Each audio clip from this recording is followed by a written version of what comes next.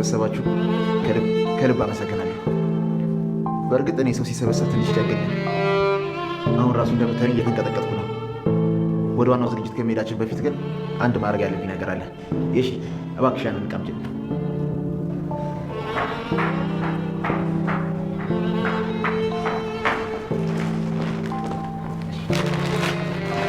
ያው እኛ እንደምታውቁት ተቆንጥጠን ያደግን ባህላችንን ወጋችንን አክባሪዎች ነው።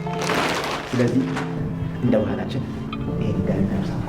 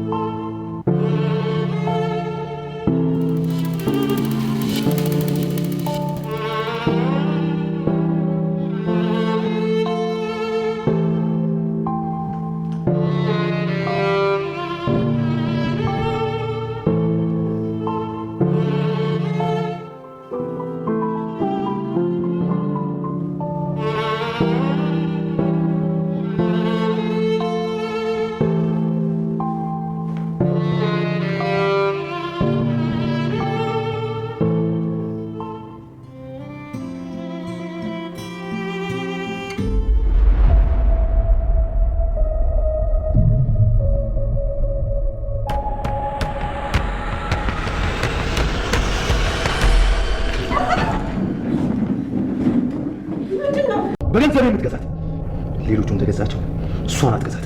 እባክህ ናታን ተረጋጋ። እሱ የሚፈልገው አንተ ማብሸቅ ብቻ ነው። ብትፈልግ እንኳን ምንም ነገር አይነግርህም። አያት፣ እሷ ከማንምና ከምንም በላይ ታውቀኛለች። ደግሞ እንዴት ነው ያማረብሽ! ታውቂያለሽ፣ ይሄ ፈሪ መጥቶ ከኋላ ወይ አጠቃኝ ኖሮ እኮ ይሄን የኔ ሚስት ነበርሽ።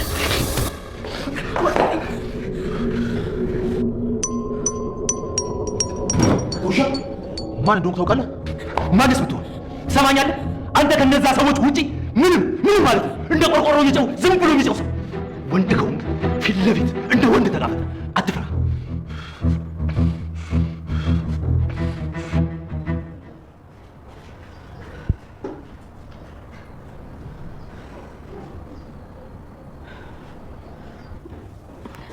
በቃ የሆነ ነገር ተፈጥሯል ማለት ነው። ይኸው ቢኒያም ጋር ደጋግሜ እየደወልኩ ነው ግን አያነሳም። እሺ ቆይ ምንድን ነው የምናደርገው? ይቅርታ አድርጊልን። ምን ነው ዛሬ ደስተኛ ትመስያለሽ? ያሰብሽው ነገር አለ እንዴ? አይ ገንዬ፣ ምንም አላሰብኩም። ለነገሩ እንደዚህ አይነት ጥያቄ ካንቺ የሚጠበቅ ነው። አንድ ቀን እንኳን ጥሩ ነገር ሳስብ አይተሽኝ አታውቂም። የሰው ልጅ አይደለ? የሰው ልጅ ደግሞ ይቀየራል። ለዛ ደግሞ እናንተ ብታግዙኝ ደግሞ እቀየራለሁ። ቤዝ፣ አሁን ስንት ነው የምንቀልድበት ሰዓት ይመስልሻል እንዴ? ከምታስቢው በላይ ጭንቀት ውስጥ ነን። አሁን ያንቺን ጨዋታ የምንመለከትበት ጊዜ የለንም። ምን እያልሽ ነው? አንቺም እኮ በዚህ መንገድ እኮ አልፈሻል። ከአንቺ በላይ ደግሞ ስለሆነ ነው እኔም በዚህ ልክ የሚንቀኝ። ወንድ ከሆነ ፊት ለፊት አይጋፈጠኝም። እኔ ግን ምንም የናታን እየመሰልከኝ አይደለም። በጣም ተቀይረሃል። እኛ ሁለታችን እንዴት አድርገን ሌሎች ሰዎች እንድረስላቸው እንላለን። አንተ ግን ሁሉም ነገር ይዘህ ገደል ትከታለህ። ናት፣ ቆይ እስኪ አንድ ያልገባ ነገር አለና አላስረዳ። ኑ እዚህ ጋር ቁጭ እንበል። ውስጥ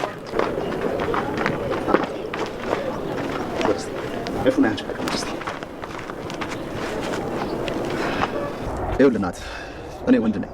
ያፌትን መደብደብም ሆነ መግደል እፈልጋለሁ። ግን ከገደልኩት ከእሱ ጀርባ ያሉ ሰዎች ይጠነቅቃሉ። ከዛ ገዳዩን ፈልገው ያገኙታል። በቤተሰቦቹ ያስፈራሩታል።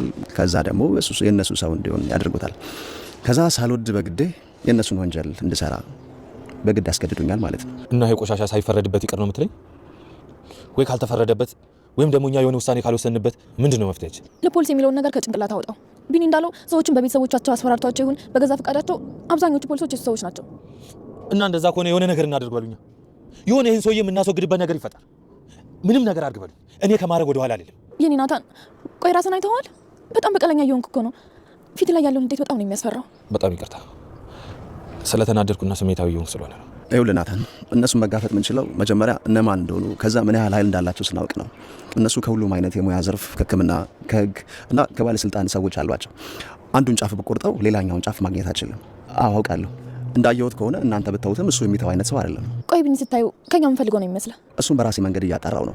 እስካሁን በደረስኩበት መረጃ መሰረት ችግሩ ያለው ከናታን ጋር ነው። እሱም መበቀል ይፈልጋል። ለምን ማለት ምን አደረገው? ከዚህ በፊት እኮ አይተዋወቁም ነበር። ከእስር ቤት ከወጣ በኋላ ነው ጓደኛ ያደረገው። እኔ የምልህ ምናልባት በቤዛ ጉዳይ ከሆነ ምናልባት ቆይ ከዚህ በፊት እንደነገርሽኝ ከእሱ ጋር ግንኙነት እንደነበራቸው ነበር አይደል? አዎ እሱማ ምናልባትም አንተን አልፈልግም የማፈቅረው ናታን ነው ስላለችው ሊሆን ይችላል እኛን የቀረበን። እሱ የእሷን ደስታ ብቻ እንደሚፈልግ ከዚህ በፊት ነግሮኛል። ታዲያ ሌላስ የሚገራርም ታሪክ አልነገረም? ያፌት ማለት በጣም ጨካኝና አስመሳይ ሰው ነው።